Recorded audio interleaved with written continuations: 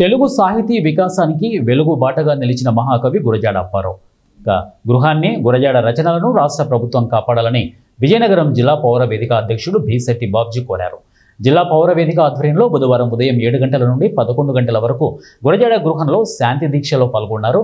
ఈ సందర్భంగా భీశెట్టి మాట్లాడుతూ తన రచనల ద్వారా సామాజిక చైతన్యం కలిగించి వ్యవహారిక భాషోద్యమకారుడిగా ప్రపంచవ్యాప్తంగా గుర్తింపు పొందిన మహోన్నత వ్యక్తి నడయాడిన గృహాన్ని ఆధునీకరించాలని, వారి సాహిత్యాన్ని ముందు తరానికి అందించేందుకు డిజిటలైజ్ చేయాలని కోరారు. ఎందుకంటే దేశం అంటే మట్టి కాదు, దేశం అంటే మనుషులు అని చెప్పినటువంటి గొప్ప వ్యక్తి.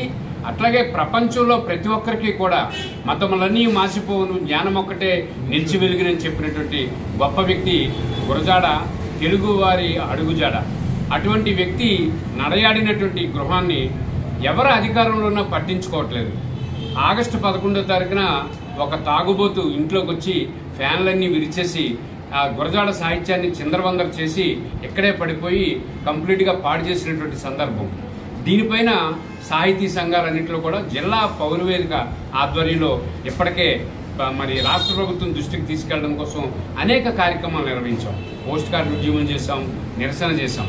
ఈరోజు ఒక శాంతి దీక్షను ఒకదాన్ని ఏర్పాటు చేశాం.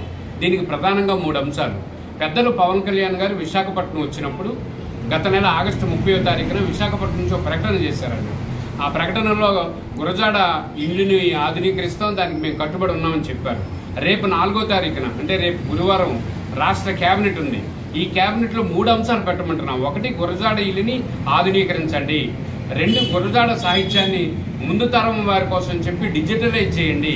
3వది గురజాడ జయంతి